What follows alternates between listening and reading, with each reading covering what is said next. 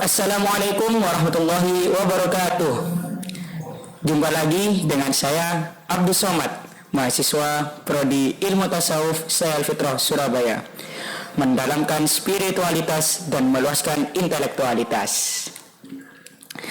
Alhamdulillah, di pagi hari ini kita bersama dengan seorang narasumber yang luar biasa, yang tidak diragukan lagi kualitasnya.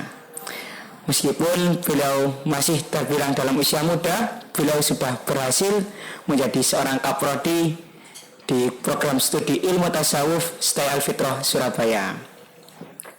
Tak lain dan tak bukan, beliau adalah Al-Ustadz Abdullah Hanif, Magister Agama. Assalamualaikum Ustadz. Waalaikumsalam warahmatullahi wabarakatuh. Selamat pagi Ustadz. Pagi. Apa kabar Ustadz? Alhamdulillah baik. Alhamdulillah. Jadi tema podcast kali ini adalah pengenalan seputar kaprodi dan juga program studi ilmu tasawuf di Style Fitrah Surabaya, Ustaz. Ibarat kata pepatah itu tak kenal maka tak sayang, Ustaz. Jadi boleh saya bertanya tentang jenengan, Ustaz?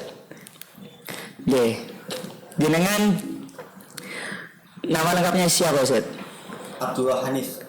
Abdullah Hanif. Dulu kuliahnya di mana, Ustaz? Saya dulu S1-nya di IAIN.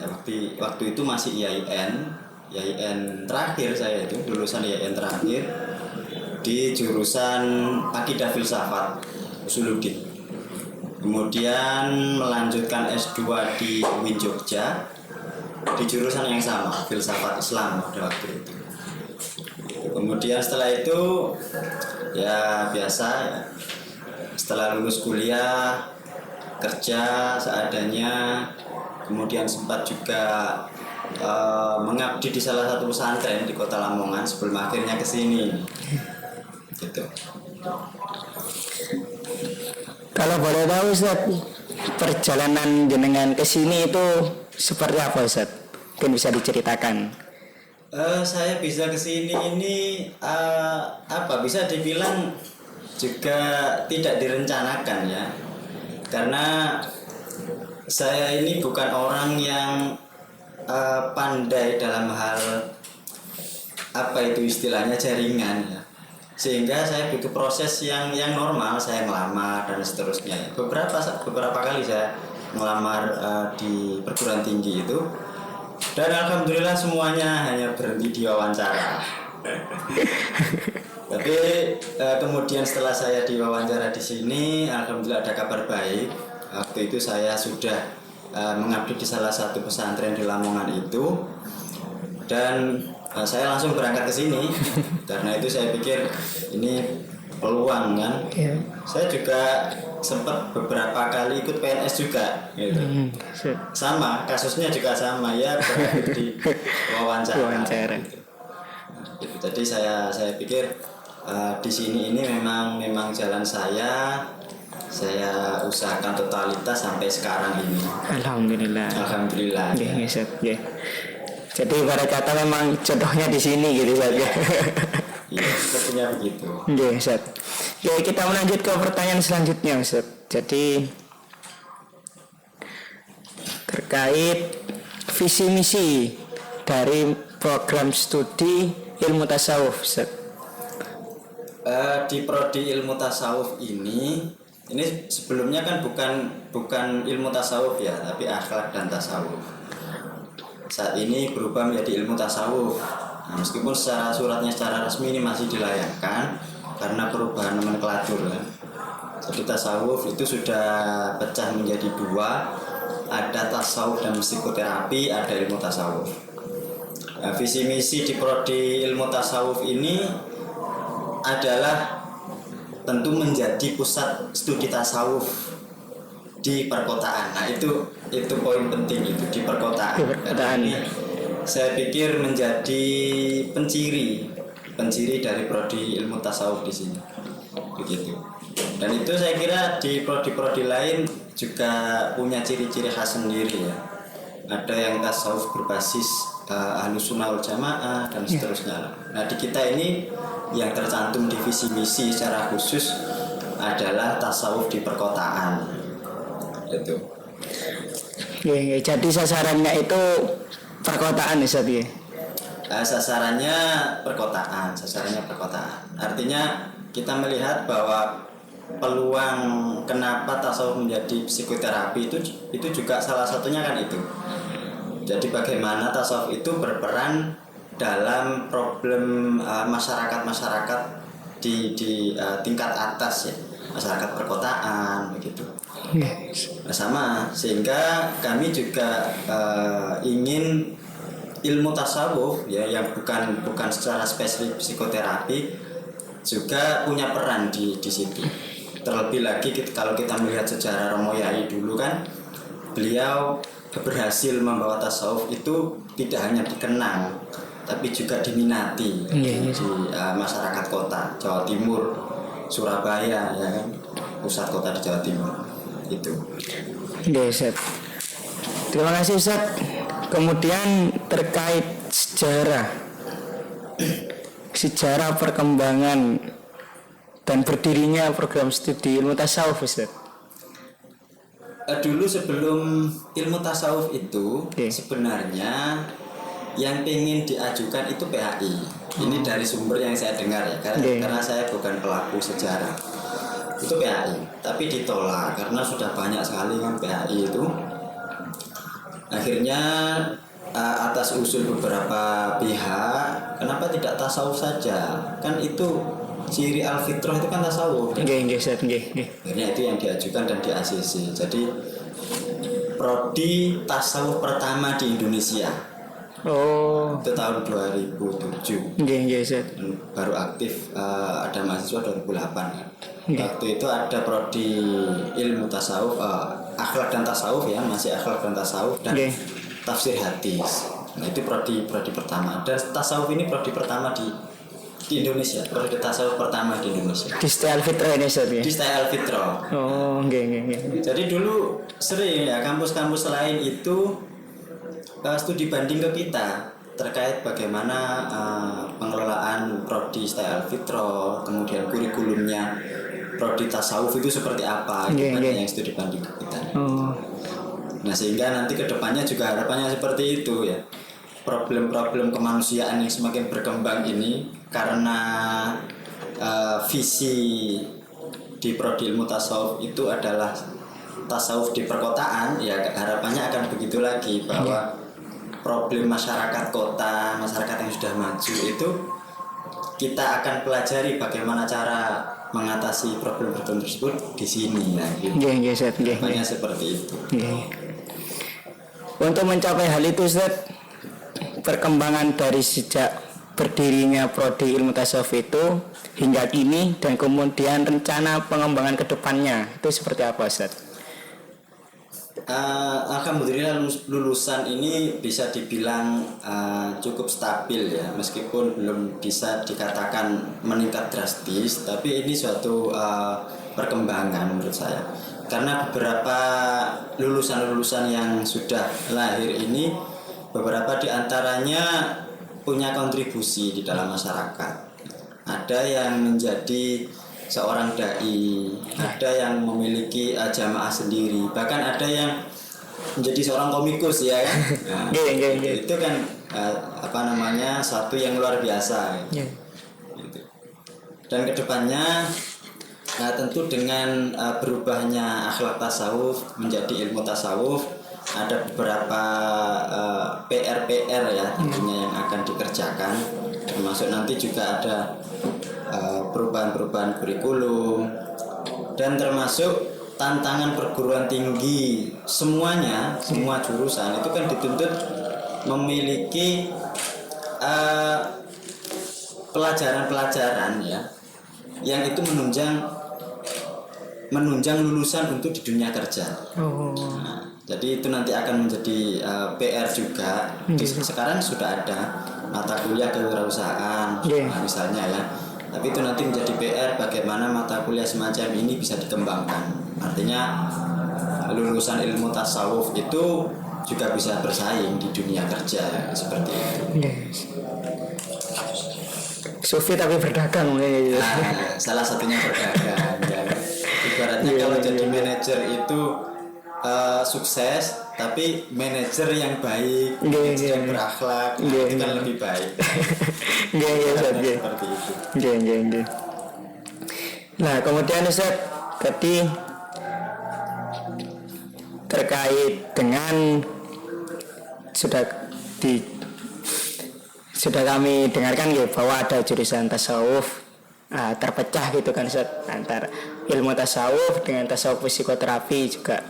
Nah, mungkin kalau boleh tahu pembeda daripada ilmu tasawuf dengan tasawuf psikoterapi itu Ustaz apa? Atau mungkin yang menjadi program unggulan daripada prodi tasawuf di Stay Al-Fitrah dengan tasawuf prodi tasawuf di tempat-tempat lain seperti itu Ustaz. Kalau bedanya dengan psikoterapi secara sederhana sudah kelihatan ya. Kalau psikoterapi itu kan banyak mata kuliah pelajaran-pelajaran yang itu sifatnya praktek ya. Memanfaatkan misalnya bagaimana zikir-zikir itu bisa dipraktekkan di dalam psikoterapi seperti itu misalnya. Banyak praktek, banyak pelajaran-pelajaran yang bersifat praktek. Sementara di ilmu tasawuf lebih banyak pengetahuan murni. Secara sederhana itu perbedaannya. Tapi karena itu lagi ya, tuntutan perguruan tinggi sekarang ini kan semuanya harus punya mata kuliah yang bisa menunjang kreativitas di dunia kerja. Jadi pada akhirnya nanti pun semuanya punya peran yang sama. Nah, kalau di ilmu tasawuf di Stay Al-Fitrah dibanding dengan yang lain, ini yang pertama karena basic Al-Fitrah itu dari dulu adalah tasawuf. Jadi di sini kita bisa menyeimbangkan antara keilmuan murni tasawuf dan praktek tasawuf khususnya di dalam tarekat ya. Itu keunggulan kami sebenarnya. Termasuk juga jaringan tarekat itu kan sudah banyak sekali ya. Jaringan Al-Khidmah dan sebagainya itu. Al-Fitrah juga punya cabang di mana-mana sudah gitu kan. Itu salah satu pembeda. Selain itu penciri itu juga yang membedakan tasawuf Stay Al-Fitrah dengan tasawuf yang lain. Oke, terkait profil lulusan dan peluang karir alumni Ustaz. Nah, itu pertanyaan yang orang awam sulit menangkap ya. Artinya begini, masyarakat itu sampai sekarang kan masih melihat pendidikan tinggi itu kan lebih banyak melihat nanti kalau sudah lulus mau jadi apa gitu ya. Outputnya Ustaz. Benar-benar. Sehingga yang diminati sekarang itu ya jurusan pendidikan, jurusan ekonomi, hukum gitu ya. Padahal jurusan-jurusan pemikiran seperti tasawuf, filsafat itu banyak peluangnya, banyak peluang kerjanya. Di perusahaan-perusahaan pun ini tidak banyak orang tahu.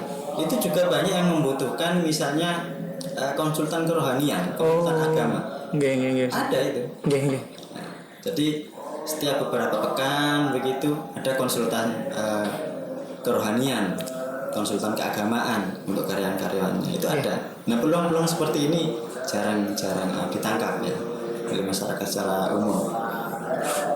Kalau melihat profil lulusannya, memang secara sistem jurusan-jurusan pemikiran itu ya peneliti, kemudian ahli ya, seorang ahli, kemudian konsultan itu. Selain itu banyak sekali sebenarnya. Misalnya karena jaringan Al-Khidmah itu sudah sangat banyak sekali tersebar di berbagai wilayah, itu bisa menjadi satu peluang. Mengajar misalnya itu bisa menjadi satu peluang. Kalau mau kuliah S2 misalnya, itu juga tentu peluangnya lebih besar karena persaingannya kan sedikit. Kemudian di penyuluh agama, di Kemenang gitu juga ada. Jadi sebenarnya jurusan-jurusan seperti tasawuf dan jurusan pemikiran lainnya itu peluang kerjanya besar. Hanya saja orang ini jarang yang mau menerobos ke sana.